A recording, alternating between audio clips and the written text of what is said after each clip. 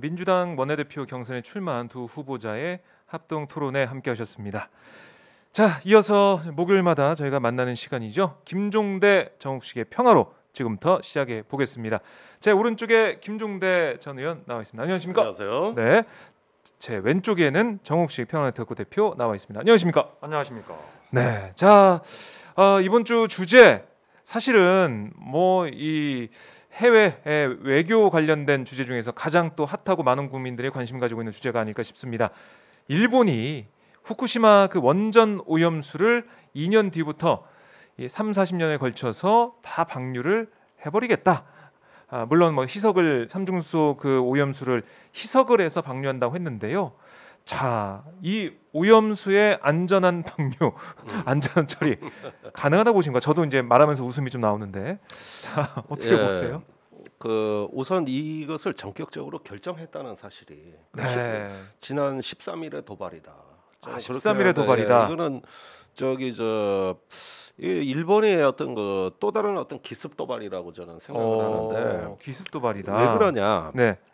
외교적인 경로로 우리가 일본에 이거에 대한 여러 가지 우려를 전달했고 같이 모니터링하자, 그렇죠. 협의하자 이런 계속 외교가 얘기를. 나름대로 진행돼 왔습니다. 음. 그러던 와중에 일본이 네. 예기치 않은 시기에 전격 결정을 해버린 거예요. 아. 그러니까 지금 우리 외교부나 어제는 심지어 청와대까지도 문재인 대통령까지도 상당히 유감스럽게 지금까지 잘 협의되어 오던 걸로 기대했는데 이렇게 네. 그냥 저질러 버리니까 완전히 뒤통수 때리는 거거든요. 아하. 그런 것에 대한 어떤 당혹스럽고 또 상당히 얻는 분노하는 그 반응들이 나오고 있는 거예요. 네. 그러니까 일본이 뭘 믿고 이랬느냐. 뭘 먹고 이랬냐? 예, 저는 그 동안에 뭐 아무래도 아시아 태평양에서 미일 동맹이 가장 끈적끈적한 동맹 아닙니까? 그렇죠. 그 일종의 어떤 뭐 자기들은 코너스톤 뭐 주춧돌이라고 하지 않습니까? 거의 뭐 중국을 견제하기 위해서 예. 미국과 일본이 정말 밀착이 돼 있죠. 그러면서 이제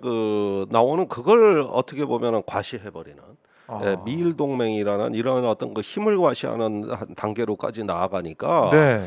우리 같은 나라 또 중국, 대만 뭐 인근 국가들 입장에서 황당한 거예요. 하하. 이거는 상당히 환경 테러라고도 일각에서는 극단적인 표현도 쓰지만은 네. 저는 뭐 하나의 뭐 어떤 지정학적인 어떤 배경을 깔고 들어오는 도발이 아닌가. 도발이다. 예, 이렇게 생각돼요. 우선 이 문제에 대해서 기습 도발로 규정을 하시고 미일 동맹의 힘을 또 과시하는 게 아닌가라는 말씀을 해주셨는데, 자, 뭐 이 오염수가 안전한지 아닌지 이 문제는 사실 뭐 저희가 막 얘기할 필요 없이 지금 과학자들 전문가들 얘기 들어보면 아니 과학자들도 몰라요. 어. 아니 정보 공개를 해야 할 거 아닙니까? 정보 공개해야. 그런데 시뮬레이션이 안 되는데 지금 이 문제의 본질은 위험한지 안 위험한지 그 자체가 불확실하다는 게 더 위기의 어떤 양상에 가깝다는 거예요. 그 자체를 알 수가 없다. 정보 공개 안 되니까 폐쇄적으로 안 되니까. 일본만 알고 있으니까. 예. 네, 대표님은 어떻게 보고 계십니까? 그러니까 방사능 이번에 오염수 논란을 네, 포함해서 방사능 물질이 인체에 얼마나 유해한가 이거를 판단할 수 있는 절대적인 기준은 존재하지 않습니다. 네네. 그리고 대체로 이제 미국은 뭐 핵발전을 제일 먼저 하기도 했고 또 핵무기를 제일 먼저 만든 나라잖아요. 그래서 또 특히 이제 실제로 핵무기를 일본을 상대로 사용했던 그런 경험들이 있어서 그렇죠. 이 방사능 물질이 인체에 미치는 영향 이런 부분들에 대해서 상당히 소극적인 태도로 일관을 해왔어요. 네, 그런 부분도 있고, 그러니까 지금 일본 정부나 미국 정부가 이구동성으로 얘기하는 데가 IAEA예요. 국제 원자력 기구. 네. 국제 원자력 기구 IAEA가 검증을 해보면 된다. 근데 IAEA는 이미 작년 말에 오염수 배출에도 안전상의 문제 없다. 이미 그렇게 얘기했었나요? 이게 얘기했고 최근에도 이제 지지 성명을 발표를 했어요. 일본 정부의 발표 직후에 사무총장이 발표했더라고요. 근데 제가 방사능 물질의 안전성에 대한 판단의 기준이 얼마나 현격한 차이를 보이는지 체르노빌 사고의 예를 한번 들어볼게요. 네네. 그 1986년도에 체르노빌의 원전 사고가 일어났잖아요. 이게 이제 뭐 어떻게 보면 인류 역사상 가장 큰 참사 중에 하나로 기록되고 있는데, 그렇죠. 이 사고에 대해서 2005년도에 IAEA가 뭐라고 했냐면 이 사고에 의한 사망자를 4,000명이다라고 발표를 했어요. 4,000명. 4,000명이라고 발표를 했는데, 근데 독립된 기관들의 평가는 최소 100만 명이에요. 100만 명이요? 예, 최소 100만 명으로 봐요. 어떻게 이렇게 차이가 날 수가 있습니까? 250배의 차이가 나잖아요. IAEA 국제원자력기구에서 예. 추정한 거하고 독립된 연구기관 특히 이제 그 의료기관들에서 추정한 거는 100만 명 이상이다라고 이렇게 보는데 왜 이렇게 큰 차이가 나냐면 예를 들면 그 체르노빌 사고가 발생하기 전에 벨로루시의 암 환자 발생률이 10만 명당 한 80명 정도 됐어요. 그 사고 전에. 사고 전에. 근데 사고 이후에 예를 들면 2002년도 통계를 보면 10만 명당 6천 명으로 늘어납니다. 엄청나게 늘어났잖아요. 그러게요. 근데 이것과 관련해서 IAEA는 이게 체르노빌 사고에 대한 직접적인 연관성을 인정을 안 하는 겁니다. 아니 근데 누가 봐도 관계가 있을 것 같은데 그걸 인정하지 않는다. 그러니까 4,000명이라는 수치가 나오는 거고 상식적으로 보면 당연히 영향을 받았기 때문에 이렇게 암 환자가 그렇겠죠. 볼 수밖에 없잖아요. 좀 상식적으로 볼 수 있는 부분이 있는데. 그러니까 이제 독립적인 과학자들은 당연히 이 영향을 받아서 이렇게 암 환자가 늘어났기 때문에 이거에 의한 사망자들도 체르노빌 사고에 의한 사망자를 통계에 포함시켜야 된다라는 거예요. 그러니까 안전 기준을 바라보는 시각 자체가 이렇게 천차만별입니다. 천차만별이라고 하는 이런 어떤 부분들이 있기 때문에 뭐 일본의 아타로 그 부총리는 마셔도 문제 없다. 아니, 마시라고 하세요. 육안으로 보면 깨끗하거든요. 청정수예요, 육안으로 보면. 육안으로 보면. 근데 방사능 물질의 특징은 보이지도 않죠. 만질 수도 없어요. 피부로 느껴지지도 않아요. 그래서 오히려 더 무서운 그런 어떤 특징들을 갖고 있는 것이죠. 그러니까 당장은 예를 들면 안전 기준을 충족시킨다고 하더라도 예를 들면 이제 그 해산물들이 계속 축적이 될 거 아닙니까? 그렇죠. 축적이 될 거고 그 해산물을 먹는 그 섭취하는 사람의 몸에도 그렇게 축적이 되겠죠. 먹이사슬 그러니까 따라서 당장은 문제가 안 나타나지만 그것이 계속 그 시간이 걸리면서 축적이 되면 어딘가 문제가 발생할 수 있는데 그것이 일본의 오염수 배출 때문이다. 라고 하는 인과관계를 또 명확하게 설명하기가 어렵다라고 쉽지가 않겠죠. 시간도 지나야 되고 바로 나타나지 않을 수가 있기 때문에 좀 그 앞으로 민물고기 먹어야 돼요. 민물고기. 여기 그러니까 문제는 알 수 없다고 하는 것이 더 공포스럽다는 건데 우리가 인간의 그 위험한 짓이 위험한 사고 중에 하나가 뭐냐면 우리가 우라늄이나 플루토늄에 대해서 다 알고 있다고 생각하는 거. 이게 굉장히 위험한 사고입니다. 아직까지도 특히 원자력 발전소에서 나오는 여러 가지 이번에 그 핵종 물질이라 그래가지고 한 14가지의 방사선 물질이 이 오염수에 포함된 걸로 알려져 있어요. 그 중에서 탄소 14 같은 경우 보면은 이게 오랜 동안의 반감기를 갖습니다. 우리가 왜 탄소 측정을 한다 그래가지고 왜 고고학에서 보면은 유물이나 화석의 그 연대를 측정하는 게 바로 탄소 14예요. 그렇게 해서 그 서서히 그 방사능이 반감되는 이런 어떤 것들을 갖다가 측정해내다 보니 이게 뭐 몇만 년이 걸리는 거고 반면에 삼중수소 같은 경우는 반감기가 좀 짧대요. 그래가지고 요거는 한 30년만 그 저장고에 넣어놔도 그 방사선 양이 반으로 준다 이거예요. 그런데 이번에 오염수에 제일 많이 포함되어 있는 걸로 알려져 있어요. 그렇다면은 이런 방법이 있는 것이죠. 이게 방류하는 거는 돈도 안 들고 가장 편리한 방법을 선택했다는 얘기고 여러 가지가 있었는데 그걸 선택을 한 거죠. 일본이. 반면에 좀 돈이 많이 들고 그 오랫동안 좀 피곤한 건 뭐냐면은 지하 저장고를 만들어서 여기에 30년이건 50년이건 일단 보관했다가. 그런데 우리나라도 그렇고 뭐 석유 비축기지 나라마다 다 있잖아요. 그런 거 하나 더 만드는 거예요. 그걸 지하에다가 이렇게 하면은 좀 위험은 줄 수 있고 중간 정도 되는 게 뭐가 있냐면은 끓여가지고 증발시켜 버리는 방법이 있어요. 대기로. 근데 이거는 해양 오염이 대기 오염으로 바뀌는 거기 때문에 위험한 건 마찬가지지만 그래도 물에 방류하는 것보다는 좀 낫다 이거예요. 그러면은 제가 보기에는 여러 가지 해결책을 갖고 이걸 어떻게 결정할 거냐 하는 걸 일본 혼자 결정할 문제가 아니고 그 이해관계자들이 많잖아요. 주변에 인접국들이. 그럼요. 그래가지고 공동으로 해결하는 거예요. 공동으로 협의해서 결정하는 겁니다. 그런데 체르노빌 같은 경우 아까 그 정욱식 대표 말 잘했는데 처음에 당시에 소련 당국이 아주 무책임하게 사실을 은폐하고 했지만 그것 때문에 결국 소련이 망한 거지만 사실은 이후에 해결하는 거는 그 유럽 국가들하고 공동으로 그래가지고 국제기금까지 만들어서 네. 이거는 소련의 문제가 아니다. 그렇죠. 이건 유럽에까지 예. 방사능이 날라오니까 네. 이렇게 해가지고 그 국제 협력을 했고 그게 그 당시에 고르바초프가 대외 개방 개혁을 하는 촉진제 역할을 한 겁니다. 국제사회에 손을 내민 거예요. 네. 같이 좀 해결합시다. 이래가지고 역사가 바뀐 거라고. 아. 그러면은 이런 문제를 해결하는 건 뭐냐면은 일본이 쥐두새도 모르게 혼자 결정해가지고 미국하고 IAEA 꼬셔가지고 우리 이렇게 결정했다. 이거 우리 주권이다. 이렇게 주장하는 문제가 아니에요. 이건 책임의 문제입니다. 그렇게 하면 뭐 저기 중국, 한국, 뭐 대만 이런 나라들은 다 그냥 뭐 저기 저 완전히 그 무시당하는 건데 우리도 그렇고요. 예. 예, 그러니까 이런 어떤 그 범지역적인 문제를 해결하는 어떤 성숙된 중견 국가의 품격을 보여준 게 아니라 자기네 작은 주권에 그 몰두하는 네. 어떤 그 저 지금의 러시아 같은 형태. 예, 자기네 국가 이익이 주권이라면 다 저질러 버리는 예, 이런 국가의 모습을 보여줘 버린 겁니다. 미국 믿고. 하하. 그러니까 이게 사실 우리 입장에서는 논의를 좀 할 거라고 생각을 했던 부분이 있는데 갑자기 결정해가지고 일각에서는 뭐 도쿄올림픽이나 하반기에 중의원 선거 앞두고 골치 아픈 문제를 먼저 정리하고 가려는 그런 생각 아니겠느냐. 일본이 잘 정리가 안 되는 거죠. 오히려 도쿄올림픽 참여하지 말라는 식으로 그러니까 이게 보면은 3월달에 2+2 미일 간의 2+2 회담 네. 이후고 스가 요시히데 일본 총리가 워싱턴을 방문해서 조 바이든 미국 대통령과의 정상회담을 앞둔 시점에 발표가 현지 시간으로 나왔잖아요. 16일 내일 발표가 나오자마자 미 국무부는 이거에 네. 대해서 사실상 지지 성명을 냈고 특히 이제 토니 블링컨 국무장관은 감사하다, 네? 투명하게 네. 저기 발표해줘서 감사하다는 표현까지 썼어요. 네. 그러니까 이게 얼마나 어처구니 없는 일입니까? 일단 이 자체가 어처구니 없는데, 그러니까요. 그러니까 이거는 미국이랑 사전 협의가 충분히 있었고 더 나가서 IAEA하고 충분한 이 3자 간에 모종의 물밑 합의가 있었기에 가능한 거다라고밖에 볼 수가 없어요. 그러니까 아니 그게 IAEA도 주범이에요.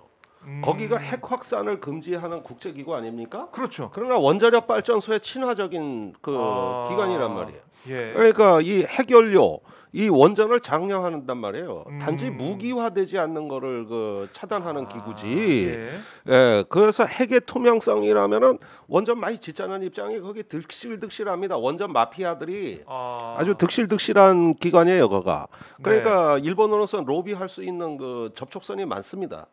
그러면은 제가 보기에는 국제적인 원전 마피아 플러스 어떤 일본 민족주의와 미일 동맹이 합쳐진 일종의 어떤 그 복합적인 그 저기 결정이 나머지 세계를 배제해 버렸다. 이거 문제 아니냐? 이게 이 사건의 진상이 아니냐는 거예요. 이게 중요한 부분이에요. 그러니까 네네. 이게 미국의 상업적인 이해관계도 맞물리는 부분이에요.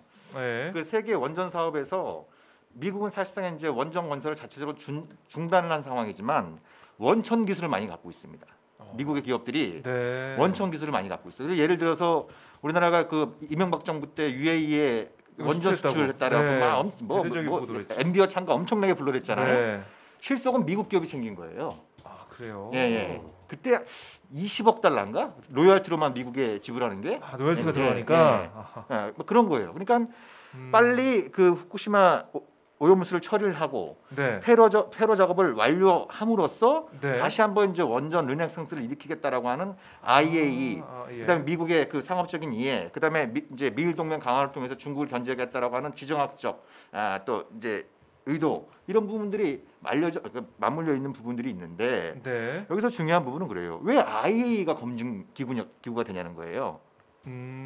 세계 보건 기구 있잖아요. 이거는 인체에 네. 어떤 영향을 미치냐. 그러니까 굳이 UN 기관에서 검증을 해야 한다고 한다면 IAEA가 아니라 네. 국제 원자력 기구는 명칭 그대로 국제적으로 원자력을 장려하는 기구예요. 원자력 발전을 장려하는 기구예요. 네. 네, 그래서 아까도 제가 체르노빌 사례에서 말씀드린 것처럼 원전의 안전성은 부풀리고 원전의 위험성은 감추는데 급급했던 게 IAEA입니다. 예, 이런 기관이 오염물질을 검증한다? 이거는 고양이한테 생선 가게를 맡기는 거랑 마찬가지예요. 굳이 기관을 찾자고 한다면 네. 세계보건기구 그런데 WHO도 아마 맞을 수가 있는 거죠. 제가 보기에 WHO 세계보건기구가 네. 그 중국의 그 우한에 가가지고 그 저기 코로나 바이러스 기원을 조사했는데 미국 마음에 안 들었거든. 그리고 중국에 점령돼 있다고 보거든요. 하하. 그래가지고 또 저기 세계적인 팬데믹에 아주 무능하기 짝이 없었거든요. WHO가 네. 얼마나 무능했습니까? 그러니까 그렇죠. 이런 것들까지 해가지고 네. 역시 또 여기에 대한 어떤 따돌림이 있는 것 같고 그 저기 그런 어떤 정치적인 어떤 고려 요소들이 들어간 거 아닌가 그런 생각도 이게 들어요. 뭐 정치적인 여러 가지 이해관계가 다 맞물리면서 이렇게 결정이 됐는데 아니 이거 미국의 입장을 좀 보면서 우리 국민들께서 많이 또 배신감도 느끼셨을 것 같고 좀 화가 많이 나셨을 것 같고 뭐 중국도 여기에 대해서 우리 정부와 뭐 주변국이니까 반발을 많이 하고 있는데 아니 지금 보면 미중 갈등이 이것 때문에 또 갈등이 더 증폭되는 게 아니라 증폭되죠. 아니, 그러니까 그럴 가능성이 있는 되죠. 거죠. 네. 굉장히 좋은 프로파간다 소재를 잡게 된 거예요. 한편으로는 굉장히 우려스러운 일이지만 다른 한편으로는 미일 동맹의 위선을 갖다가 보여주는 왜? 예. 말이 좋아 뭐 인권이고 뭐 민주주의지 과연 이걸 결정하는 데 있어서 후쿠시마 주민들을 비롯한 일본 국민들의 의견을 얼마나 민주적으로 반영했느냐 그런 과정 거의 없었거든요. 그잖아요. 네. 거의 없었던 부분이고 인권의 가장 중요한 게 생명권이지 않습니까? 그렇죠. 건강권이에요. 그렇잖아요. 예. 근데 이런 일방적인 결정에 의해서 주변국들 아마 이 결정을 인해서 가장 큰 잠재적인 피해자들은 일본 주민들이 되겠죠. 그죠? 일본 주민들이 그렇죠. 되겠죠. 예, 당장부터 후쿠시마 그 어민들 비롯한 일본 주민들부터 가장 크게 영향을 받을 수 있을 텐데 이런 일본 정부가 일방적인 결정을 하고 미국이 이걸 사실상 응원하는 이런 구도에서 뭐 인권이 가치 외견이 이런 게 얼마나 허울 좋은 그렇네요. 예, 이게 얼마나 빛 좋은 개살구냐. 이런 그 중국의 반격을 가능케 하는 소재를 제공한 거랑 마찬가지인 거죠. 이걸 가지고 계속 얘기를 하겠네요. 미국에서 뭐 인권 신장 요구로 얘기하고 뭐 이렇게 나오면 아니 뭔 소리냐. 이거 원전 오염수 이렇게 방류하고 있는데 이거는 뭐 환영한다 그러고 감사하다 그러고 이게 말이 되냐 이렇게 얘기를 할 수가 있겠네요. 뭐 중국 관영 매체에 비롯해서.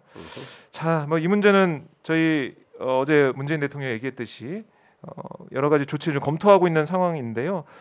뭐 수산 단체를 비롯해서 전국적으로 많이 반발하고 있어서 다음 주에 저희가 그 상황 한번 짚어보도록 하고, 자 이어서 저희가 살펴볼 주제가 가기 전에 저희 광고 잠깐 드리고 가겠습니다. 자 화면에 보시면 왼쪽에 한반도의 길 왜 비핵지대인가라는 그 책이 있는데요. 자, 이 핵 문제 오늘 저희가 쭉 얘기하고 있는데 이 책이 오늘 저희가 나누고 있는 주제나 이런 데 좀 많이 도움이 될 수 있는 책으로 볼 수 있겠죠? 볼 수 있다고 하세요. 볼 수 있다고 하세요, 그냥. 네. 그러니까 이 핵 문제 억지로 찾지 마세요.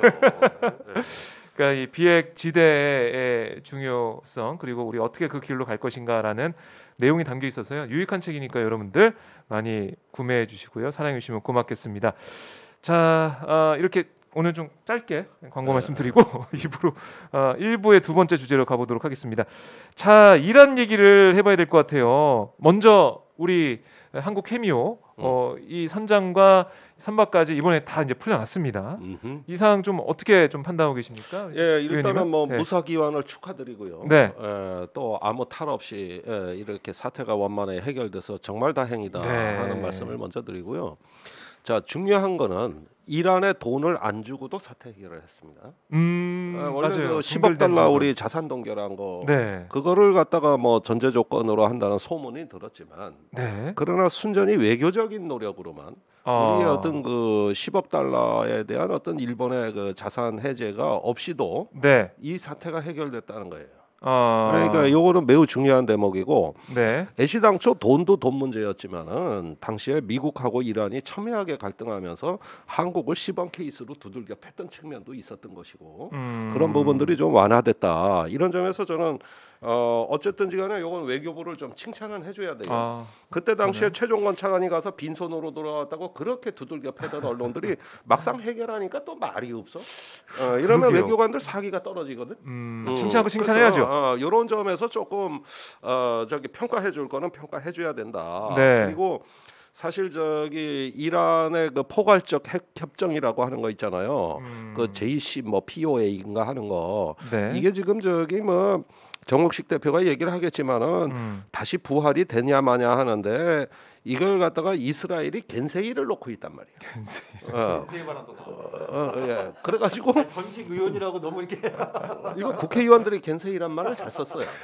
그래 다른 당에서 썼지만 그래가지고 저기 이란의 핵 발전소를 해킹을 해가지고 완전히 엿을 매겨버리는 이런 사건이 최근에 등장해가지고 네네. 지금 이란이 또 발끈해가지고 있는데 그 이스라엘이 해킹했다는 걸 미국이 공개했어요. 뉴욕 타임즈 일면 톱에 요거 이스라엘 짓이다. 이렇게 미 정보기관의 한 관리가 풀을 해가지고 뉴욕 타임즈에서 까버렸어요. 네. 그래가지고 이스라엘 소행이라는 게 맞는 것 같아요. 미국이 그렇게 얘기하니까. 미국이 인정한 거니까. 그래서 거니까. 그런 면에서 네. 이 포괄적 핵협정의 복원, 그 미국 이란 핵협력에 대해 가지고 네. 안팎의 적들이 준동을 하고 있다. 그러니까 또 미국의 정보관리가 그게 이스라엘 소행이라고 언론에 리크를 했다. 이런 대목들을 좀 유심히 보셔야 될 것 같아요. 네. 자, 이게 사실 배후에 이스라엘이 있다. 이번 이란 핵시설 폭발물 터진 그 사건에 이거는 어떻게 좀 사건의 맥락을 우리가 짚어봐야 될까요? 다시 한번 짚어본다면 이번 주말에 네. 오스트리아 비엔나에서 비공식 7자 회담이 예정되어 있어요. 비공식 7자이다. 이란 핵협정은 7자 간의 합의거든요. 네. 이란과 그 유엔 안보리 상임이사국 5나라, 그다음에 독일까지 이런 7자 간의 그 합의인데 네. 트럼프가 이걸 깼잖아요. 네. 뛰쳐나갔는데 바이든은 이걸 갖다가 다시 복원하겠다라고 하는 게 중요한 대선 공약이에요. 그렇습니다. 그래서 이제 그럼 일단 비공식적으로 만나서 얘기부터 좀 해보자. 그래서 이번 주말에 비엔나에서 그 회담을 앞두고 있는 시점인데 네. 내 눈에 흙이 들어가기 전까지 이 이란 핵협정이 되살아나는 건 볼 수 없다라는 게 이스라엘의 네타냐후 총리의 입장입니다. 그럼 가장 효과적인 방법이 뭐겠어요? 네? 가장 효과적인 방법은 이란의 강경파를 자극하는 겁니다. 그래서 이란의 강경파를 자극을 해서 봐라 이스라엘이 이러고 있고 네. 미국도 사실 뭐 이런 일이 벌어졌으면 회담을 앞두고 있으면 미국 국무부나 이런 데서 하다못해 유감 뭐 이라도 좀 표해야 되는 거 아니에요? 우리가 상식적으로 본다고 한다면 그러니까 이게 굉장히 위험한 사이버 공격인 게 뭐냐면 네. 우라늄 농축 시설이 그 가동 중에 정전이 발생하고 화재가 발생한 거예요. 그 위험한 거죠. 굉장히 위험한 거죠. 네. 네, 굉장히 이게 뭐 핵무기를 만드냐 그렇지 않느냐 그건 다음 문제라고 하더라도 거기서 네. 잘못하면 이제 이게 방사능 물질이 대량으로 유출될 수 있는 굉장히 위험한 이런 거기 때문에 일단 이스라엘은 지금 공식적으로는 NCND예요. 자기들이 이 짓을 했느냐 안 했느냐에 대해서 확인도 부인도 안 해주고 있어요.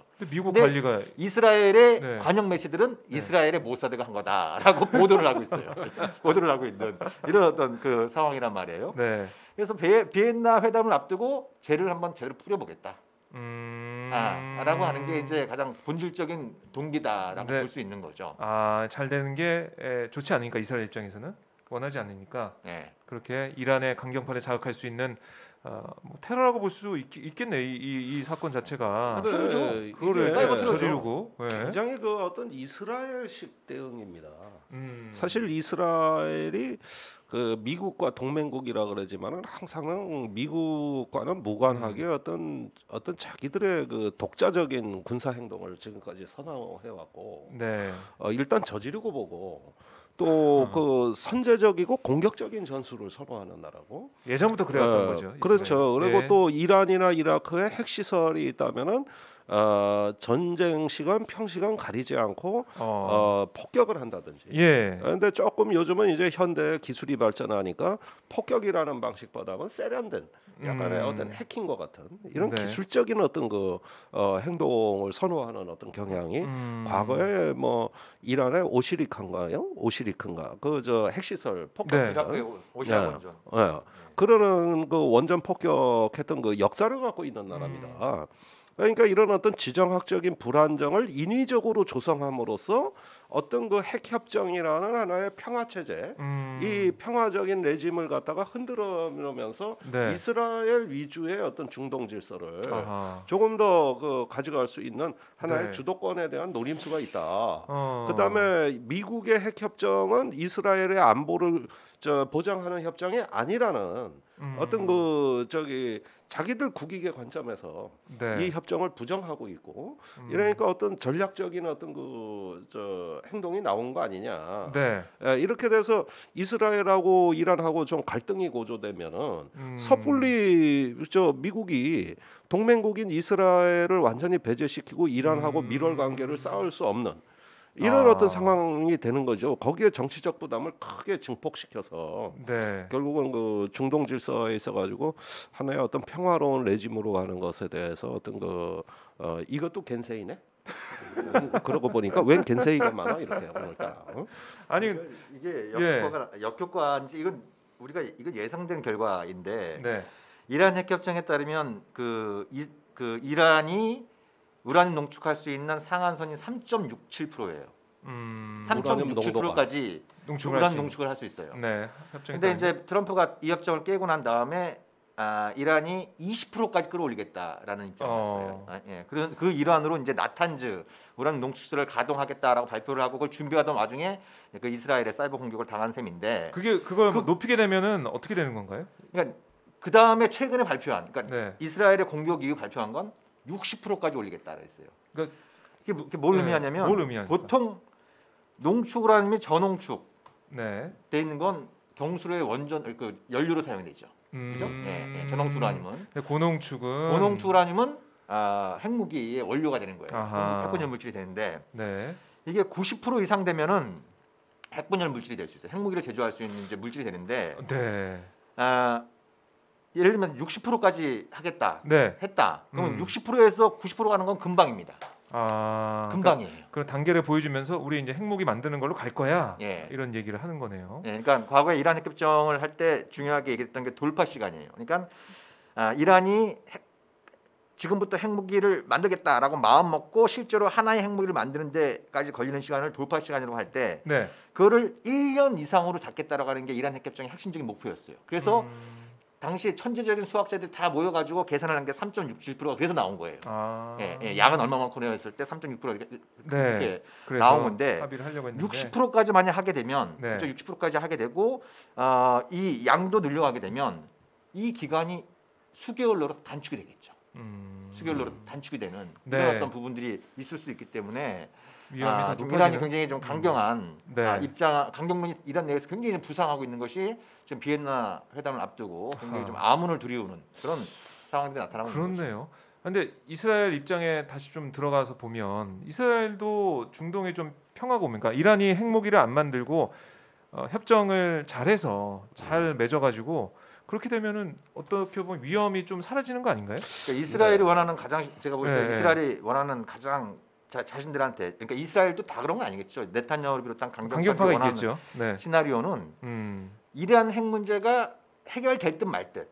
그러니까 네. 이란이 핵무기를 만들 수 있을 듯 없을 듯 이런 수준으로 하면서 이란의 강력한 경제 제재가 유지되는 상태를 선호하는 거예요. 예, 왜냐하면 지금 그 이란 핵협정이 제대로 이행이 됐으면 네. 이란에 대한 경제 제재는 대부분 풀렸어야 돼요. 그렇죠. 풀렸어야 돼요. 네. 그러면 이란의 경제 성장의 잠재력이 상당하잖아요. 그럼요. 그렇죠? 예, 경제 인구도 발전의 많고 땅도 넓고 잠재력이 상당하기 때문에 네. 제재가 풀리면 이란의 경제력이 급성장할 가능성이 상당히 높습니다. 이거는 이스라엘한테 어떻게 보면 이스라엘 강경파들이 보기엔 최악의 시나리오인 거죠. 단순히 이란의 경제력이 성장한다고 하는 것은 경제적인 측면뿐만 아니라 나라의 국력도 이란이 중동의 강대국으로 부상할 수 있는 그런 어떤 잠재력을 갖고 있기 때문에 그걸 견제하고 봉쇄하겠다라고 하는 게 이스라엘 강경파들의 일관된 입장인 거죠. 네, 이스라엘 입장에서는 이 강대국이 생기게 되면 좀 위협을 느낄 수밖에 없기 때문에 그런 것들을 부각을 시키고 이란을 견제하고 있는 것 같은데 그러면 앞으로 어떻게 진행이 될까요? 이란도 이번에 뭐 인정은 안 한 걸로 보이지만 아랍에미리트 인근 해상에서 이스라엘 회사 소유 화물선 공격을 받는 일도 있었는데 이게 협정 다시 복귀하고 비엔나 회담 잘 안 되고 그러니까 비관적으로 가야 되네요. 어떻게 원래 보십니까? 미국의 국무장관 토니 블링컨이 네. 이 이란 핵 협정의 주역입니다. 그리고 자기의 신념이에요. 이걸 다시 복귀하고 복귀하는 게? 회복시키겠다는 거예요. 네. 그런데 이스라엘이 계속 걸림돌이 되는 역할을 하고 있는 것이죠. 그런데 이럴 때 지금 미국이 어느 정도의 어떤 문제 해결 능력을 보여주느냐는 굉장히 중요합니다. 사실 요즘 미얀마 사태 있는데 뭐 이 미국 역할 아무것도 없고요. 아무것도 안. 또 뭐 저기 이번에 일본 원전 방문하는데도 뭐 그냥 그 저기 뒤에서 백댄서 역할만 하고. 네. 그러니까 이런 어떤 그 상황에서 이 세계 문제를 해결하는데 지금 미국의 역량이 굉장히 약화돼 있는 상황이고 그러면서 중동의 불안정에 대해 가지고 이제 저 미국의 어떤 그 해결 능력이 보여지지 않을 때 네. 일단은 저 전 세계의 어떤 그 하나의 평화로운 질서 또 어떤 자유로운 어떤 공존의 질서를 지향하는 사람들한테는 이거 조금 미국이 예전 같지가 않고 굉장히 네. 지금 세계는 불안해지는 거 아니냐. 아하. 어떤 그 미국의 제대로 된 리더십이 네. 그냥 기대하기 어려워지는 거 아니냐 이런 신호를 줄 수도 있어요. 그러니까 바이든이 미국은 돌아갔다. 그렇죠. 그렇게 네, 선언했잖아요. 네, 네. 뭐 어디로 들어간지 잘 모르겠어요. 어디로 들어갔다 하는지 잘 모르겠어요. 그러니까 이스라엘의 이런 저희 해방지를 막을 수 있는 방법은 이걸 예방할 수 있는 방법은 네. 미국이 이스라엘이 자꾸 이렇게 국제 규범이나 지역 평화를 해치는 이런 행동들을 하면 이스라엘의 페널티를 가할 수 있다라는 걸 그런 의지를 보이는 게 굉장히 중요합니다. 근데 지금 오스틴 미국 국방장관이 엊그저께 네타냐후 그 총리 만나가지고 네. 미국의 이스라엘에 대한 안보 공약은 확고하다. 지금 상황에서 그런 얘기 꼭 해야 됩니까? 그러니까 네. 이스라엘 총리가 보기엔 자기가 무슨 짓을 해도 미국은 우리 편이다. 라고 그럼- 하는 확신이 있기 때문에 자꾸 이런 일들을 벌이는 거예요. 그러니까 이 악당 국가가 네. 남쪽에 이스라엘, 북쪽에 일본인 것 같아요. 그거 다 미국이 예뻐하는 나라들이에요. 그러게요. 미국이 좀 우리가 생각하는 대로 바라는 대로 그런 역할을 좀 해줬다면 평화로 가는 또 우리 안전으로 가는 이런 상황이 됐을 텐데 그게 안 되니까 이란 지역 중동의 평화도 위협받고 있고 또 우리 한국, 뭐 중국 비롯한 일본 주변 국가의 이 안전도 건강도 위협받고 있고 이런 생각이 드네요. 자, 오늘 저희가 이렇게 일본과 이란 얘기를 좀 준비해 왔는데 아니 얘기하다 보니까 이게 하나 또 연결이 되네요. 미국 좀 정신 좀 차려야 된다 그런 생각을 하게 됐는데 참 어렵습니다. 미국에 우리가 또 제대로 목소리를 낼 수 있을까라는 생각도 좀 들고 우리 건강권이 위협받고 있는 상황 여기에 대해서는 꼭 우리의 입장, 우리의 염려, 우리의 우려 이런 것들을 꼭 전달해야 될 것 같고요. 진짜 이게 뭐 괜찮겠지 하고 넘어갈 수 있는 게 아니기 때문에 이 문제는 꼭 짚고 넘어갔으면 좋겠습니다.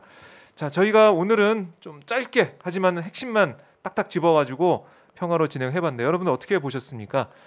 자, 우리 국민들도 일본 이 원전 오염수에 대해서 많이 걱정하실 텐데 함께 힘을 좀 모아서 우리의 우려를 계속 전달하고 국제사회에 호소를 해야 될 것 같습니다. 자, 두 분 오늘 말씀 잘 들었고요. 예. 다음 주에도 목요일에 다음 주에는 좀 우리 하던 대로 길게 좀 해보도록 그래야죠. 하겠습니다. 예. 자, 오늘 말씀 잘 들었습니다. 네, 감사합니다. 고맙습니다.